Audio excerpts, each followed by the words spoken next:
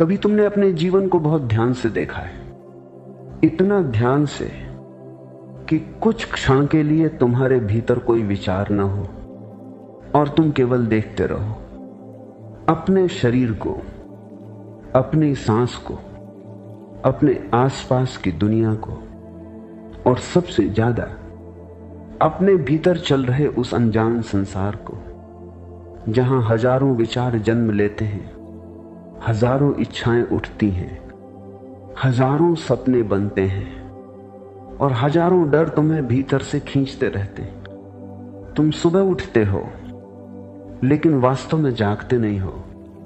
तुम्हारी आंखें खुल जाती हैं मगर तुम्हारा मन कल में ही पड़ा रहता है। कल किसी ने तुम्हें क्या कहा था, कल किसने तुम्हारा अपमान किया था, कल तुम्हें कितना पैसा मिला था, कल किसने तुम्हें प्रेम दिया था, और कल कौन तुम्हें छोड़कर चला गया था।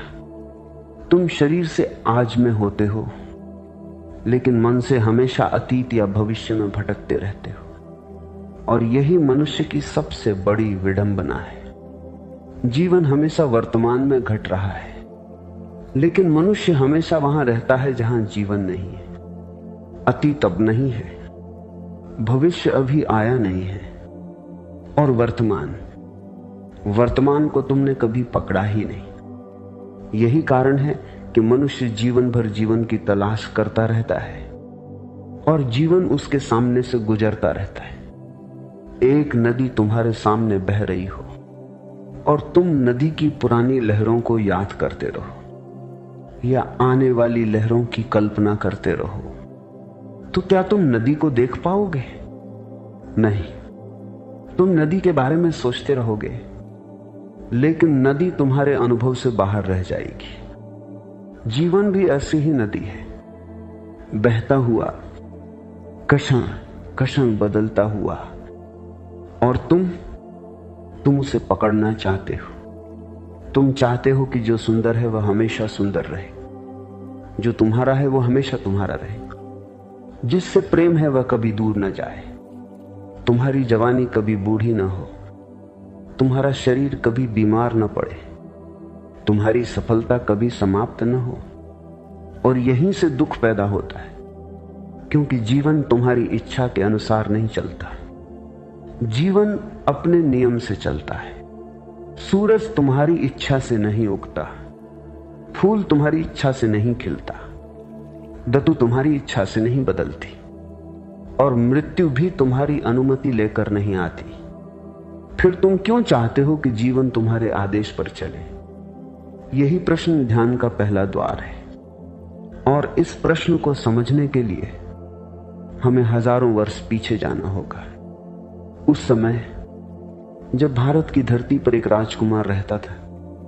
उस राजकुमार का नाम था सिद्धार्थ, जिसे दुनिया बाद में बुद्ध के नाम से जानेगी। लेकिन बुद्ध बनने से पहले वह भी हमारी तरह एक मनुष्य था। उसके पास इच्छाएं थीं, उसके पास सपने थे, उसके पास प्रेम था, उसके पास परिवार था, और सबसे महत्वपूर्ण, उसके पास वह सब था जिसे संसार सुख कहता है। उसके पिता ने उसके लिए महल बनवाए थे, एक नहीं कई महल। गर्मी के लिए अलग महल, सर्दी के लिए अलग महल, वर्षा के लिए अलग महल। हर तरफ संगीत था, नृत्य था, सुगंध थी, सुंदर वस्त्र थे, सेवक थे। लेकिन एक चीज नहीं थी, दुख। कम से कम बुद्ध के सामने दुख को आने नहीं दिया जाता था, क्योंकि उनके पिता जानते थे कि अगर इस युवक ने जीवन का दूसरा चेहरा देख लिया तो शायद वह उस संसार को छोड़ देगा जिसे पिता ने इतने प्रेम से बनाया है। इसलिए बुद्ध को बुढ़ापा नहीं दिखाया गया, बीमारी नहीं दिखाई गई, मृत्यु नहीं दिखाई गई।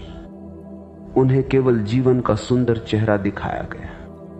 लेकिन जीवन का केवल आधा हिस्सा देखकर क्या कोई जीवन को समझ सकता है?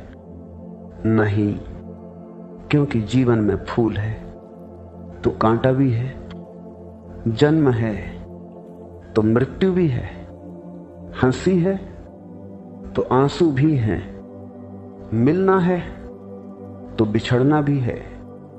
और जो व्यक्ति केवल फूल चाहता है वह जीवन से लड़ना शुरू कर देता है। एक दिन सिद्धार्थ महल से बाहर निकले। यह यात्रा साधारण लगती है, लेकिन इसी यात्रा ने इतिहास बदल दिया। उन्होंने रास्ते में एक बूढ़े व्यक्ति को देखा। शरीर झुक गया था, बाल सफेद थे, दांत गिर चुके थे, चलना कठिन था। सिद्धार्थ ने अपने सारथी से पूछा, यह मनुष्य ऐसा क्यों है? सारथी ने कहा, राजकुमार, यह है बुढ़ापा है। सिद्धार्थ ने फिर पूछा, क्या केवल इसी व्यक्ति को बुढ़ापा आया है? सारथी कुछ देर चुप रहा, फिर उसने कहा, नहीं राजकुमार, जो जन्म लेता है उसके शरीर को एक दिन बूढ़ा होना ही है। सिद्धार्थ चौंक गए। उन्होंने अपने शरीर को देखा। पहली बार उन्होंने भविष्य में अपने चेहरे की झुर्रियां देखी। पहली बार उन्हें समझ आया कि महल उन्हें मृत्यु से बचा नहीं सकता। कुछ दिनों बाद उन्होंने एक बीमार व्यक्ति देखा, फिर उन्होंने एक मृत शरीर देखा। अब प्रश्न गहरा हो चुका था। अगर बुढ़ापा निश्चित है, बीमारी संभव है और मृत्यु निश्चित है, तो मैं किस चीज पर भरोसा करूं? यह प्रश्न छोटा नहीं था। यही प्रश्न उन्हें राजमहल से जंगल तक ले गया। और यही प्रश्न अगर तुम्हारे भीतर सच में पैदा हो जाए तो तुम्हें भी बदलना शुरू कर देगा। क्योंकि अभी तुम्हारा जीवन उत्तरों पर खड़ा है। तुम्हें बताया गया है कि सफल कैसे होना है, तुम्हें बताया गया है कि अमीर कैसे बनना है, तुम्हें बताया गया है कि सम्मान कैसे पाना है, तुम्हें बताया गया है कि प्रेम कैसे करना है। लेकिन किसी ने तुम्हें यह नहीं बताया कि जब मृत्यु सामने आएगी तब तुम कौन होगे। किसी ने यह नहीं सिखाया कि अकेले कमरे में बैठकर अपने मन को कैसे देखना है। किसी ने यह नहीं सिखाया कि अपने ही भय के साथ कैसे बैठना है। और शायद यही सबसे बड़ी शिक्षा है। ध्यान में जियो, क्योंकि ध्यान के बिना जीवन केवल घटनाओं की भीड़ है। एक घटना आई, तुम प्रतिक्रिया देने लगे। दूसरी घटना आई, तुम फिर प्रतिक्रिया देने लगे। किसी ने तारीफ की, तुम खुश हो गए। किसी ने आलोचना की, तुम दुखी हो गए। किसी ने प्रेम किया, तुम आसमान में उड़ने लगे। किसी ने छोड़ दिया, तुम टूट गए। क्या यह जीवन है या केवल दूसरों के हाथों में रखी हुई तुम्हारी कठपुतली है? ध्यान तुम्हें कठपुतली से साक्षी बनाता है। कोई तुम्हें कुछ कहता है, तुम तुरंत प्रतिक्रिया नहीं देते। पहले देखते हो मेरे भीतर क्या उठ रहा है। क्रोध उठ रहा है, ठीक है, उसे देखो। अपमान का भाव उठ रहा है, ठीक है, उसे देखो। बदला लेने की इच्छा उठ रही है, उसे भी देखो। और जब तुम केवल देखते हो तब तुम्हारे भीतर एक दूरी पैदा होती है। क्रोध वहां है और तुम यहां हो। विचार वहां है और तुम यहां हो। भय वहां है और तुम यहां हो। यही साक्षी है, यही ध्यान है। और धीरे धीरे तुम समझने लगते हो कि तुम्हारे भीतर बहुत कुछ आता जाता रहता है, लेकिन कोई एक चीज है जो केवल देखती रहती है। विचार आते हैं, चले जाते हैं। भावनाएं आती हैं, चली जाती हैं। शरीर बदलता है, उम्र बदलती है, रिश्ते बदलते हैं, दुनिया बदलती है, लेकिन देखने की क्षमता वही रहती है। इसी देखने में ध्यान का बीज छिपा है। और यही बीज एक दिन वृक्ष बन सकता है। लेकिन उसके लिए तुम्हें एक कठिन काम करना होगा। तुम्हें अपने जीवन में पहली बार बिना किसी बहाने के स्वयं को देखना होगा, न अच्छा बनकर, न बुरा बनकर, न धार्मिक बनकर, न आध्यात्मिक बनकर। बस जैसा तुम हो वैसा ही। यहीं से यात्रा शुरू होती है और सिद्धार्थ की यात्रा भी यहीं से शुरू हुई थी। उन्होंने संसार से पूछा नहीं, उन्होंने स्वयं से पूछा। उन्होंने किसी से उधार उत्तर नहीं लिया। उन्होंने अपने जीवन को ही प्रयोगशाला बना दिया। और यही कारण है कि हजारों वर्ष बाद भी बुद्ध की आवाज मनुष्य के भीतर सुनाई देती है, क्योंकि प्रश्न पुराना नहीं हुआ। आज भी मनुष्य दुखी है, आज भी मनुष्य मृत्यु से डरता है, आज भी मनुष्य प्रेम चाहता है, आज भी मनुष्य अकेला है, आज भी मनुष्य अपने ही विचारों से परेशान है। और आज भी रास्ता वही है, जागना, देखना, समझना और फिर पूरी तरह जीना, ध्यान में जीना। और जब अंतिम क्षण आए तब भी ध्यान में रहना, क्योंकि जिसने ध्यान में जीना सीख लिया उसके लिए मृत्यु अंत नहीं रहती। मृत्यु केवल एक अंतिम दरवाजा बन जाती है। और जो व्यक्ति पूरे जीवन दरवाजों से डरता रहा वह कभी घर में प्रवेश नहीं कर पाया। अब समय है उस घर को खोजने का। वह घर बाहर कहीं नहीं है, वह तुम्हारे भीतर है। लेकिन वहां पहुंचने के लिए तुम्हें अपने ही मन के जंगल से गुजरना होगा। और उस जंगल में तुम्हारा सामना होगा तुम्हारे सबसे पुराने साथी से, तुम्हारे अपने भय से। और भय से बड़ा जंगल मनुष्य के भीतर कोई नहीं है। बाहर का जंगल अंधेरा हो सकता है, उसमें जंगली जानवर हो सकते हैं, रास्ता अनजान हो सकता है, लेकिन भीतर का जंगल उससे भी अधिक रहस्यमय है, क्योंकि बाहर के जंगल में खतरा दिखाई देता है, भीतर के जंगल में खतरा दिखाई भी नहीं देता। वह एक विचार बनकर आता है, एक स्मृति बनकर आता है, एक कल्पना बनकर आता है और धीरे धीरे तुम्हें विश्वास दिला देता है कि यही सत्य है। तुम्हें बचपन में किसी ने कहा था तुम कुछ नहीं कर सकते। वह आवाज आज भी भीतर कहीं बैठी है। किसी ने कहा था तुम दूसरों से कम हो। वह आवाज भी भीतर बैठी है। किसी ने तुम्हें छोड़ दिया और तुम्हारे भीतर यह डर पैदा हो गया कि हर कोई तुम्हें छोड़ देगा। किसी ने धोखा दिया और तुमने तय कर लिया कि दुनिया में किसी पर भरोसा नहीं किया जा सकता। देखो, एक घटना हुई थी, लेकिन तुमने उस घटना से एक पूरी दुनिया बना ली। यही मन की कला है। मन तथ्य से कहानी बनाता है और फिर कहानी को सत्य मान लेता है। ध्यान उस कहानी को तोड़ता नहीं। ध्यान केवल तुम्हें कहानी से अलग खड़ा कर देता है। तुम पहली बार देखते हो यह विचार है, यह स्मृति है, यह भय है, यह मेरी वास्तविकता नहीं, यह मेरे मन की एक तरंग है।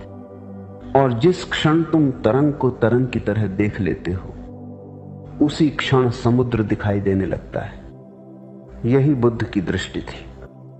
उन्होंने मनुष्य को यह नहीं कहा कि तुम्हारे भीतर विचार नहीं होने चाहिए। उन्होंने कहा विचारों को देखो, क्रोध को देखो, लोभ को देखो, मोह को देखो, भय को देखो और सबसे गहराई में उस मैं को देखो जो कहता है ये मेरा है, क्योंकि यही मेरा धीरे धीरे मैं को जन्म देता है। और मैं जितना मजबूत होता जाता है उतना ही जीवन भारी होता जाता है। एक छोटी सी बात पर तुम कहते हो मेरा अपमान हुआ। किसका अपमान हुआ? शरीर का? नहीं, शरीर तो केवल शरीर है। अपमान किसका हुआ? उस छवि का जो तुमने अपने बारे में बना रखी है। तुम चाहते हो कि दुनिया तुम्हें बुद्धिमान समझे, तुम चाहते हो कि दुनिया तुम्हें सुंदर समझे, तुम चाहते हो कि दुनिया तुम्हें सफल समझे, तुम चाहते हो कि लोग तुम्हारे बारे में अच्छी बातें करें। और जब कोई तुम्हारी बनाई हुई छवि को चोट पहुंचाता है, तुम भीतर से जलने लगते हो। लेकिन ध्यान से देखो, क्या किसी ने तुम्हें चोट पहुंचाई या तुम्हारी कल्पना को चोट पहुंची? ये अंतर बहुत गहरा है। और जो इसे देख लेता है वह धीरे धीरे मुक्त होने लगता है। इसीलिए बुद्ध के सामने लोग अपने दुख लेकर आते थे। कोई पुत्र की मृत्यु से दुखी था, कोई धन खो चुका था, कोई प्रेम में असफल था, कोई अपने शत्रु से परेशान था। एक दिन एक स्त्री बुद्ध के पास आई। उसकी आंखों में आंसू थे। उसका छोटा बच्चा मर गया था। वह बच्चे को गोद में लेकर गांव गांव घूम रही थी। वह हर किसी से कहती, मेरे बच्चे को ठीक कर दो। लोग उसे बुद्ध के पास ले गए। वह बुद्ध के चरणों में गिर पड़ी। उसने कहा, मेरे बच्चे को जीवित कर दीजिए। बुद्ध ने उसे देखा।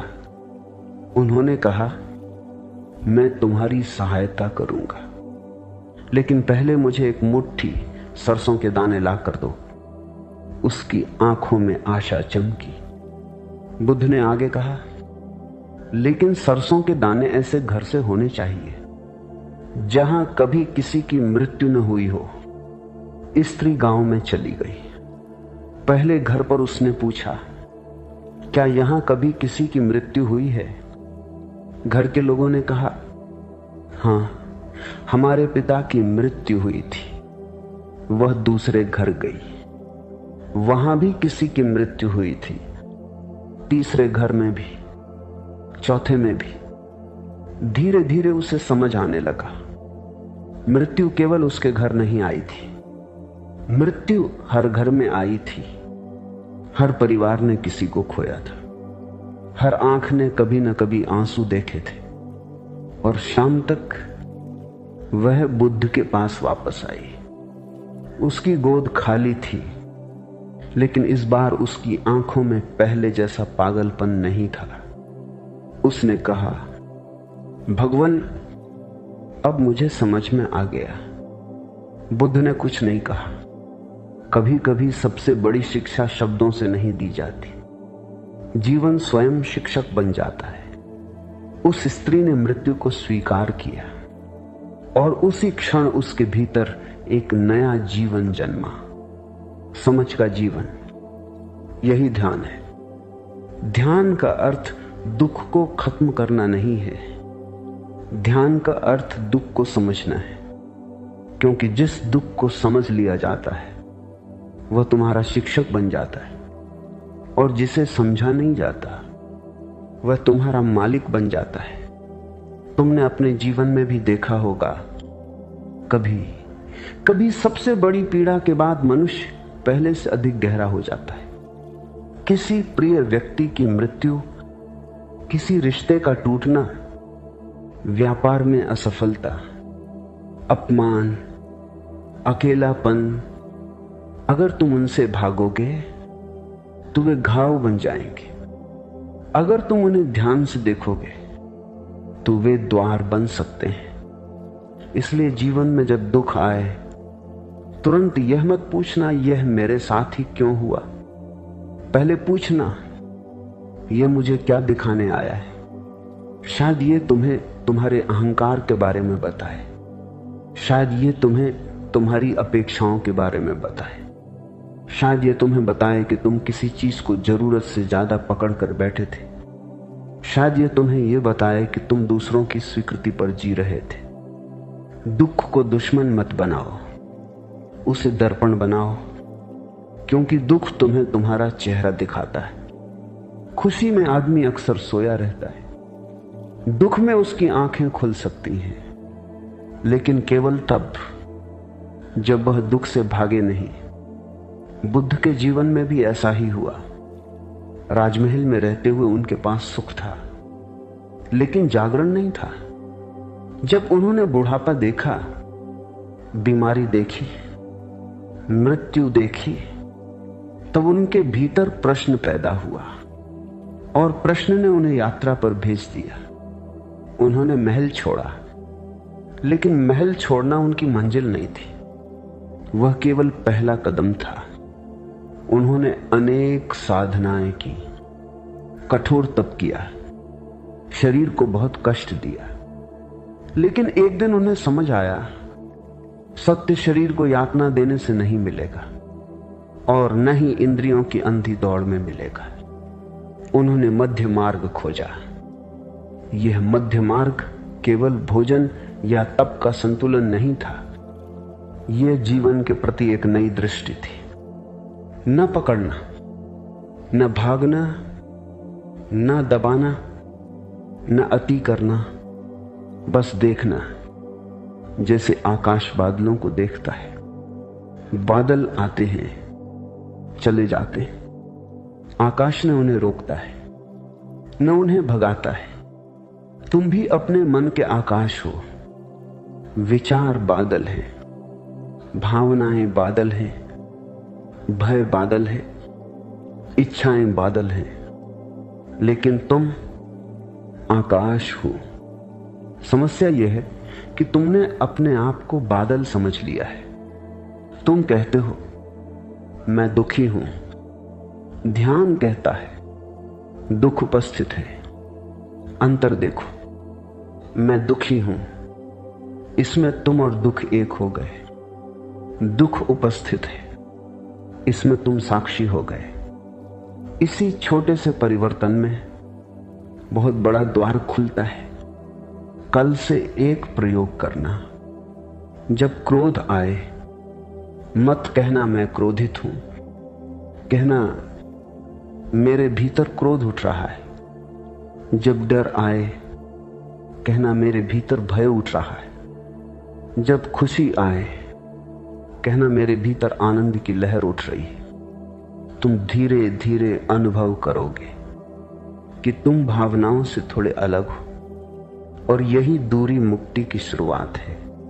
फिर एक दिन तुम किसी ऐसी घटना के सामने खड़े होगे जो पहले तुम्हें भीतर से हिला देती थी, लेकिन इस बार तुम उसे देख पाओगे। तुम्हारे भीतर क्रोध उठेगा, लेकिन तुम क्रोध नहीं बनोगे। तुम्हारे भीतर भय उठेगा, लेकिन तुम भय नहीं बनोगे। तुम्हारे भीतर इच्छा उठेगी, लेकिन तुम तुरंत उसके पीछे नहीं भागोगे। यहीं से स्वतंत्रता जन्म लेती है। स्वतंत्रता का अर्थ यह नहीं कि तुम्हारे जीवन में कोई समस्या नहीं होगी। स्वतंत्रता का अर्थ है समस्या के बीच भी तुम्हारे भीतर एक ऐसा स्थान बचा रहे जो अछूता है। बाहर तूफान हो सकता है, लेकिन भीतर एक दीपक जलता रहे। वही दीपक ध्यान है। और अब सोचो, अगर तुमने जीवन भर उस दीपक को जलाना नहीं सीखा तो मृत्यु के अंधेरे में तुम्हारा सहारा क्या होगा? यही कारण है कि ध्यान में जियो केवल जीवन जीने की बात नहीं, यह मृत्यु की तैयारी भी है। जो व्यक्ति हर दिन थोड़ा थोड़ा छोड़ना सीखता है, उसे अंतिम विदाई में कम डर लगता है। आज एक छोटी इच्छा छोड़ो, कल एक शिकायत छोड़ो, फिर किसी पुराने अपमान को छोड़ो, फिर किसी व्यक्ति से अपनी अपेक्षा छोड़ो, और धीरे धीरे तुम पाओगे कि छोड़ना मृत्यु नहीं है। छोड़ना तो हल्का होना है। पत्ता जब वृक्ष से गिरता है, क्या वह रोता है? नहीं, वह हवा के साथ चला जाता है। नदी जब समुद्र में मिलती है, क्या नदी शिकायत करती है कि मेरा नाम समाप्त हो गया? नहीं, वह समुद्र बन जाती है। शायद मृत्यु भी ऐसी ही है।